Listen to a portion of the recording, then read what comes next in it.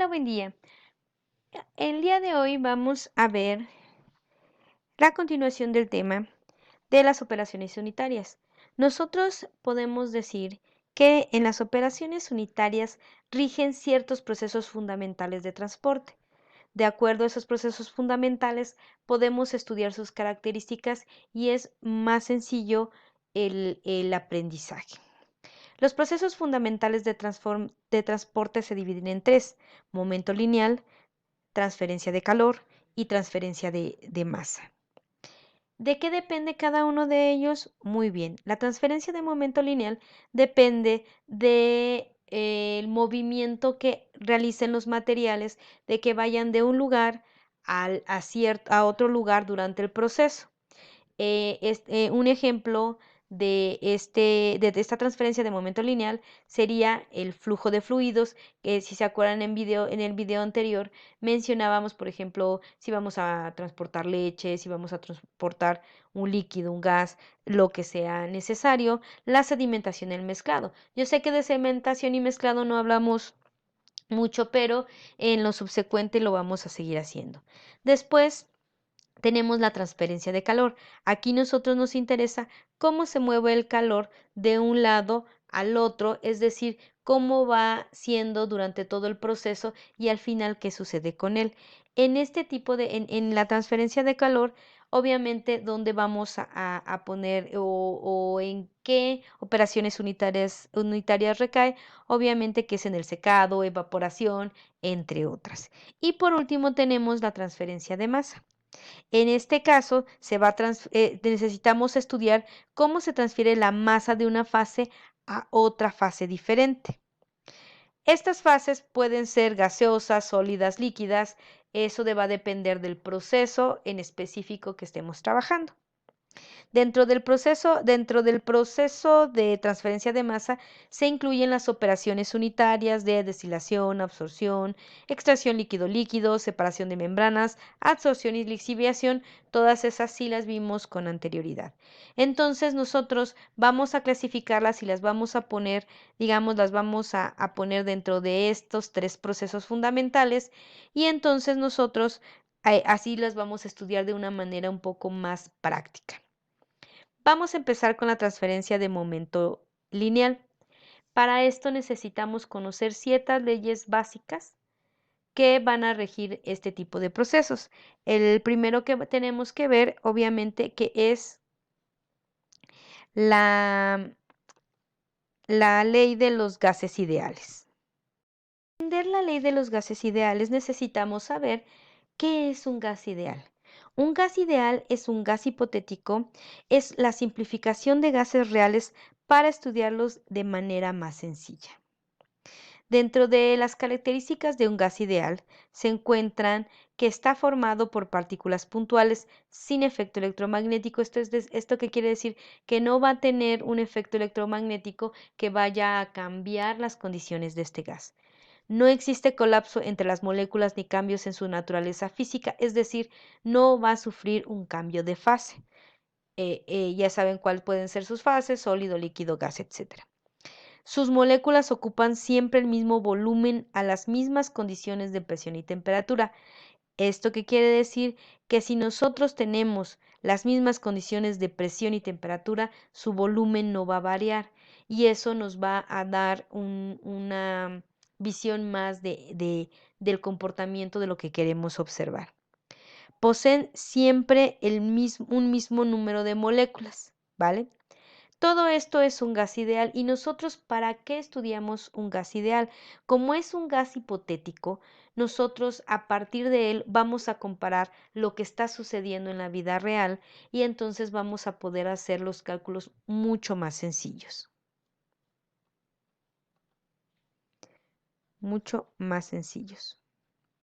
Ya que sabemos que es un gas ideal, entonces podemos enumerar, mejor dicho, sí, enunciar la ley de los gases ideales. Antes es conveniente decirles que algunos gases reales se comportan como gases ideales, como es el caso del helio, del oxígeno, del agua, entre otros. La ley de los gases ideales nos dice lo siguiente. nos dice lo siguiente, que indica que para asignar una masa gaseosa debemos asegurar la existencia de una constante directamente proporcional a la presión y volumen del gas e inversamente proporcional a su temperatura. Esto que nos va a llevar, nos va a llevar a una fórmula que ahorita lo vamos a ver. Bien, en esta imagen podemos ver algo muy importante. Boyle investigó la relación que hay entre la presión y el volumen de un gas. Charles investigó la relación que hay entre el volumen y la temperatura de un gas. Y Gay-Lussac de la temperatura y la presión. Todos ellos lo investigaron por separado y se decidió combinar estas tres leyes y se llama la ley combinada de los gases.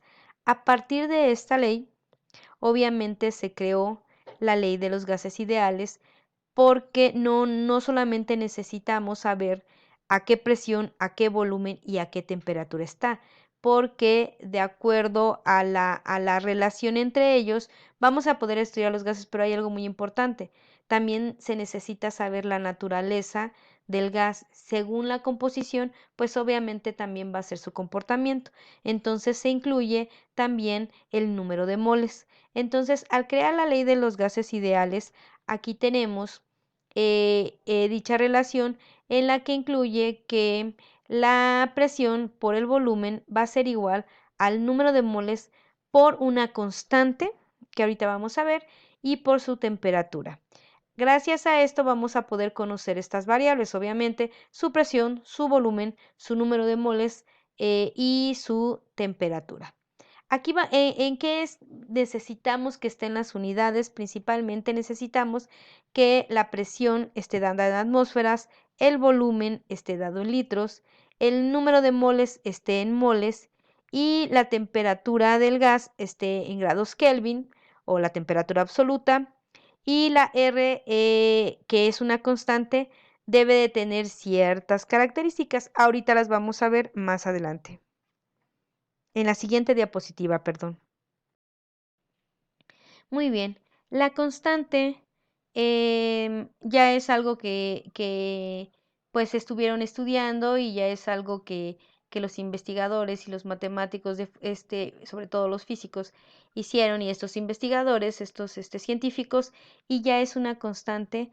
Aquí son las, digamos, les puse con distintas unidades las constantes. Normalmente nosotros vamos a utilizar esta porque vaya a dar los datos en atmósferas por litro, mol, grados Kelvin. Para que nosotros tengamos una visión o podamos utilizar, mejor dicho, la ley de los gases ideales, nosotros tendremos que tener condiciones ideales, conocerlas, mejor dicho, las condiciones ideales. Las condiciones ideales para esto es que la presión debe de estar a una atmósfera, el volumen a 22.4 litros y el número de moles es un mol y la temperatura debe de ser de 273.15 grados Kelvin.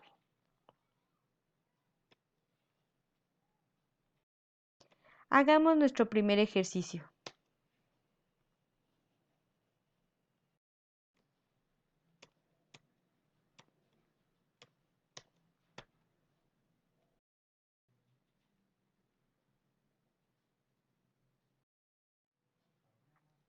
Muy bien, el problema que tenemos es el siguiente. ¿Qué volumen ocupa un mol de gas a una temperatura de 0 grados centígrados y una presión de una atmósfera?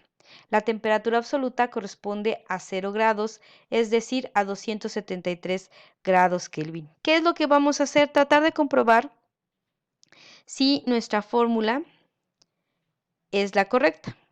Es decir, si nosotros en las condiciones ideales vamos a obtener verdaderamente estos 22.4 litros. Entonces, vamos a empezar.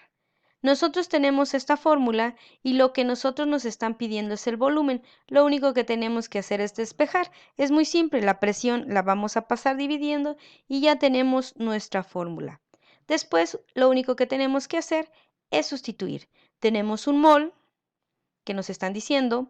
Tenemos cuál es la constante, que obviamente la que vamos a utilizar es la que les decía, porque tenemos atmósferas, mol, Kelvin. Aquí tenemos atmósferas, mol y Kelvin. Y obviamente vamos a tener que sustituir. Aquí nosotros tenemos que 0 grados es 273. Si ustedes tienen dudas de cómo convertir unidades, en su misma clase les adjunté su tabla de conversiones. Muy bien, y tenemos que es una atmósfera. Si ustedes resuelven todo esto en la calculadora, vamos a obtener que al final es 22.4 litros. ¿Esto qué nos quiere decir? Que a la temperatura de 0 grados centígrados, que es igual a 273.15 grados Kelvin, la presión de una atmósfera suele denominarse condición estándar, y podemos ver que en condiciones estándar un mol de un gas cualquiera ocupa un volumen de 22.4. ¿Esto qué quiere decir? Si nosotros se nos ocurre, en este caso, no poner el volumen, se nos ocurre, no calcular el volumen, queremos calcular la presión, y nosotros, por ejemplo, si queremos calcular la presión, ponemos el volumen de 22.4, una mol, la constante y esta temperatura, vamos a obtener obviamente el valor de los gases ideales. Si nosotros también queremos sacar la constante y ponemos un mol, 273.15, presión de una atmósfera, y la presión de 22.4 litros, nos va a salir el 0.0821 litros atmósfera sobre mol grado Kelvin. Vamos a seguir con las series de ejercicios. Los esperamos en el siguiente video.